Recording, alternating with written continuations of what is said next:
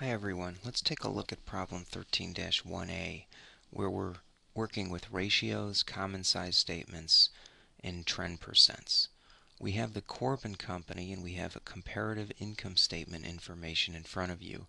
Now the dollars are expressed in thousands and we've got information for 3 years, 2007, 2008, and 2009. If I slide down,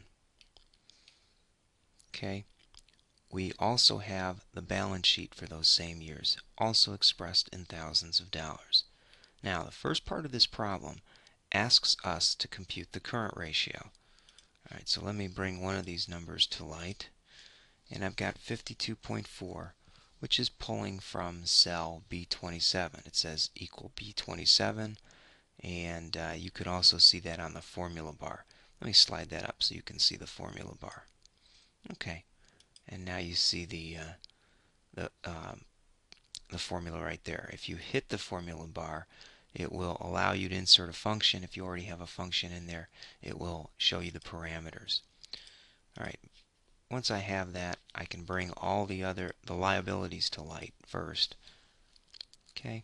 And now I'm taking from cell B33, where you can see B33 right there. Now that I've got current assets and current liabilities, if I divide A by B, I get 2.3. Now I'm getting a little bit fancy in that I want to round the answer. I don't want it to round it visually but then keep the number. I want it to actually round the number so that I can use that in other calculations. Alright, and if you wanted to learn more about the round function, if I hit this formula bar, it says the first term is the number that we want rounded, and the answer is 2.297807018, and I want it rounded to one digit or one decimal place.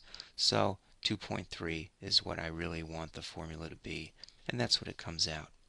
Now once I have that, I can show you that I'm using the exact same formulas everywhere else, right?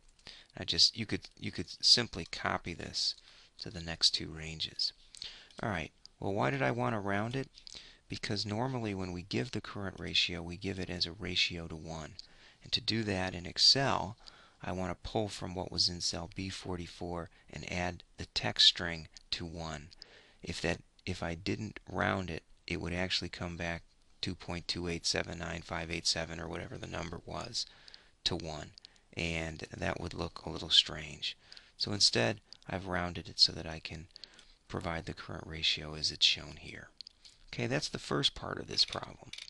The next part is going to ask us to produce common size comparative income statements. Let me slide over so you can see what that looks like.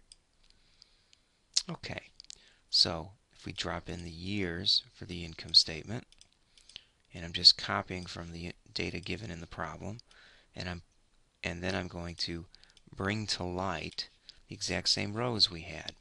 And now we just fill in the numbers, and I think I'll start with 2007 only because when it references over here where you can see it, and I don't have to scroll or slide to show you where it was pulling from.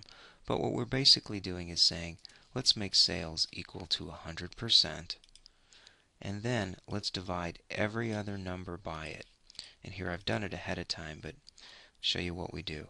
Now we would take whatever number we're on for that row, so in this case it's cost of goods sold, 153.9, and we divide it by the sales number. Okay, you could jump to any other number and you'll see I'm doing the exact same thing. That one's a little bit off your screen, so I'll slide back to show you what I mean. Okay, so I'm taking the value in C13, which is the 2008 selling expense, and dividing it by sales. So no matter where I pull, we're going to get that same formula. Okay, and as a result, we're able to put together relatively quickly common size comparative income statements so we can see the change. We can see that in terms of bottom line, we're improving from a 12.5% net income as a percentage of sales to 13.9 from 2007 to 2009. All right, let me slide up. The last part of this problem asks us to put together balance sheet data and trends. So we have the data over here. What I'm going to do is put in the first number, which is 100%. By the way, when we do do this as trends. Let me drop in the years and drop in the rows, which are the balance sheet line items. We're starting with 100%, and then we're going to compute the change from 2007. So what we're doing here, I'll slide over a little bit so you can see.